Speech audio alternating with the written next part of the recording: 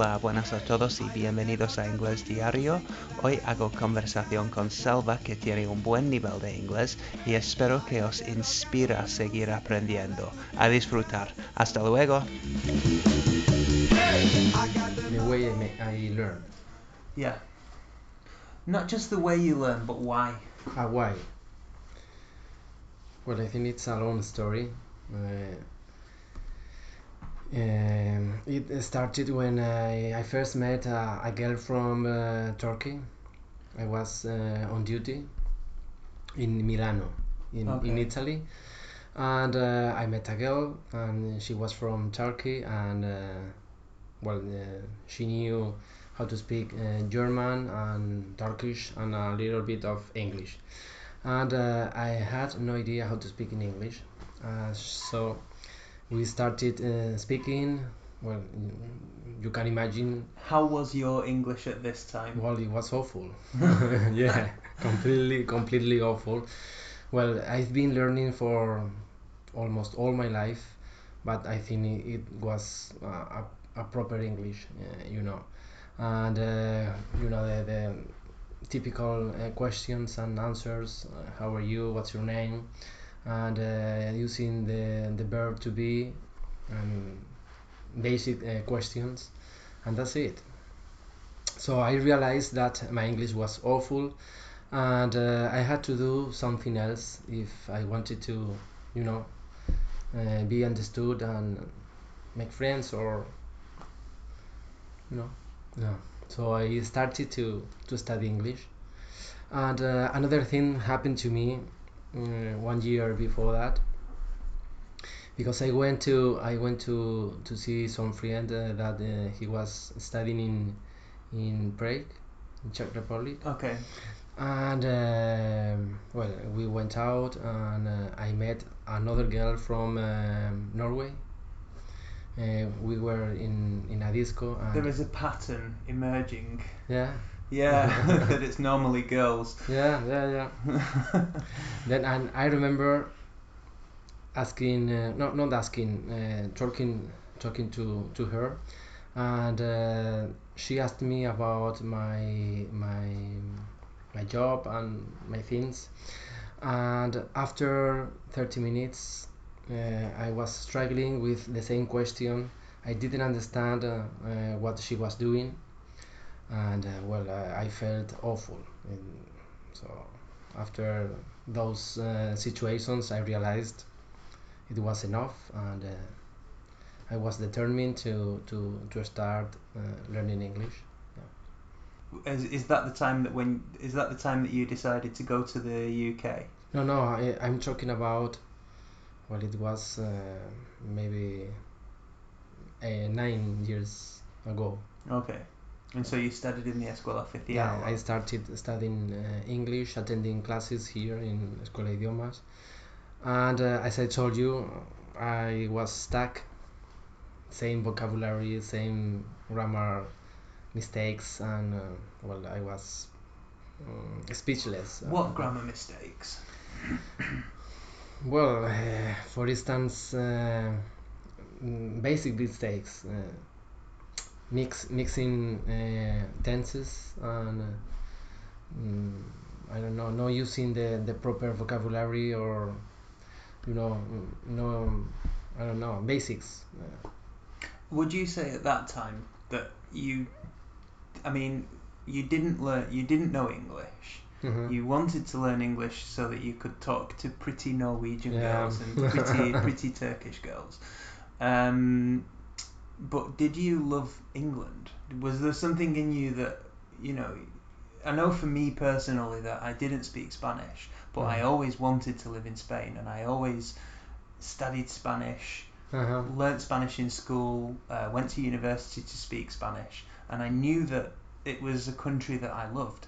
I didn't know at that time that I would love the culture, but I certainly liked Spain.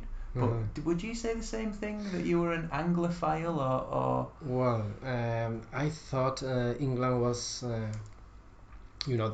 for instance, talking about the weather, awful, dark, and raining all day, windy, and wet, awful, terrible. But I realized once I went there, mm, it wasn't like that. For instance, when I went to England, I realized it was a normal country, normal weather. Well, I have to admit that it's more rainy than here, but Okay. I think it's normal because it's in the north of Europe. And so I think I could manage with the weather. I thought. You think, or you said, I think I could manage. I think, yes, I thought, I could, without I think, I could manage with the weather. Uh-huh. It wasn't any problem for me. So, and about English personality for English people, I think they are very funny. They are very talkative, very very polite. Is that something that you learn when you were there, or Yeah, something yes. that you knew? All the things I'm saying, I realized when I went there, when I lived there. Okay. Yes, because before that I had no idea about English as a country. Well, I had been there for twice, as a holiday, a weekend in London, and that's it. Okay. You can't realize, you can't touch the English as a country and people, but once I stayed there 4 months, I realized that, and I like the cities, how the buildings are built, and the streets, the cars, everything. It's the smell is very characteristic in England. The food, the spicy, I love it. The smell is an interesting thing. I never realised that it would be important, but when I lived in Aranjuez, I used to come to Madrid on the plane, and then I would go from the plane onto the train straight to the underground, to the metro, and then get the metro to Atocha, and then onto Atocha to Aranjuez. And when I came off the train in Aranjuez, there was this smell, and I used to think, oh, I love this. Like, I was so happy to be there. Fresh air, you mean? Not so much fresh air, but just a different smell to England. Okay. It was probably actually the trees, because the gardens are not far away from the train station, and so when I would get there and sort of get this smell of Aranjuez, I felt like I was somewhere exotic or somewhere different. And I know that London is not exotic, but did you get that feeling that, like, I'm somewhere different, I'm not in my own home anymore, I'm in a different place? Well, I suffered. I went through the other way around.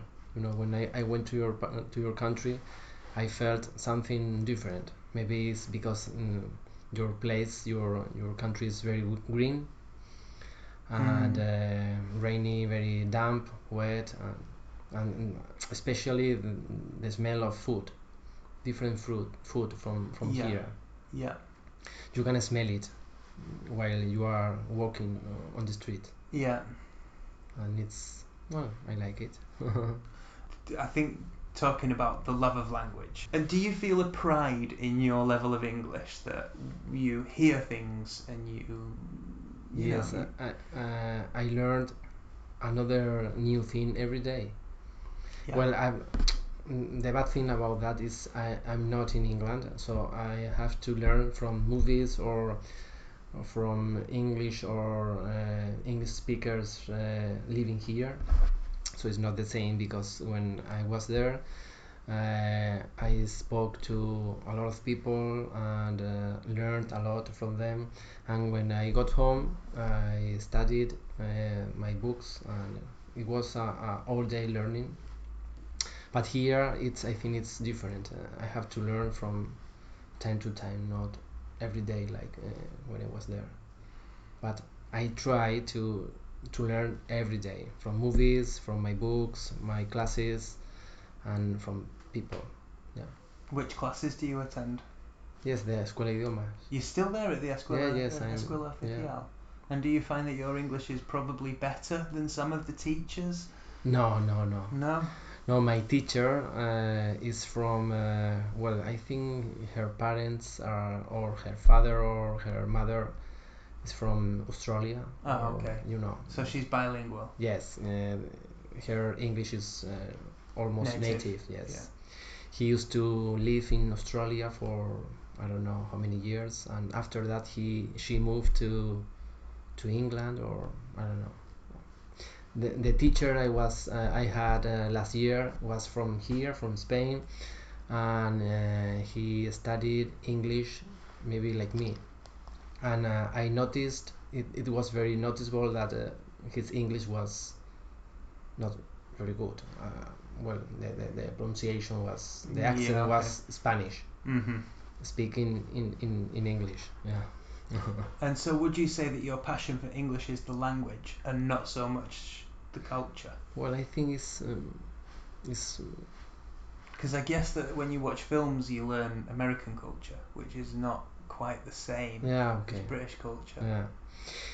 I like the English as a language, but once you go there and you want to touch, the English, you need to be in a English house with English people in a English town. So if you like only the language, I think it's not enough. You need to love all the things if you want to learn it properly, I think. I mean, most of the people with your level of English that I know are Anglophiles.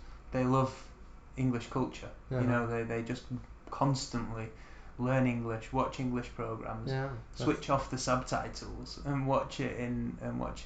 That's the same thing I normally do. Yeah. And would you recommend a person learning English to go and live in the UK? Yes, definitely. I could go if I could go there again, and well, I would say I could live there for a few years. Yeah. You lived there for 6 months, is that right? 4 months. 4 months. 4 months. Yeah, 4 months. Yeah. And you learn what would you say your level increased by? Yeah. Well, from that moment, I studied, I would say, by heart, because I realized from the moment I went to England that it was my passion, so I started learning harder. I'm doing a lot of things, going to a language exchange, and try to be surrounded by English speakers as much as I can, and try to speak English every day.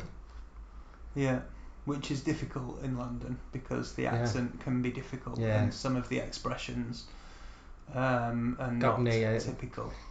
There is a slang called Cockney, yeah. Well, actually, talking about it, someone said to me because if the flies in English, I was talking to someone and they said because if the flies, and I thought por si las moscas, and I didn't understand the expression por si las moscas. Okay. But now, this was only 2 days ago that I learned that expression, por si las moscas. That's Spanish. I know, yeah, but now that I know it, every time I say por si acaso, I say por si las moscas. Just in case, or yeah. But again, it's rather than using the original expression that you learn, which is por si acaso, then somebody teaches you por si las moscas, and all of a sudden you're not using the basic Spanish, you're using the sort of elevated phrases. Yeah. I noticed one that you used, which was getting at, which was also quite a nice one. Y ya está, un poco de conversación. En la siguiente clase con Salva vamos a hacer estructuras más difíciles para sacarle de su zona de cómodo. e intentar hacer estructuras más difíciles.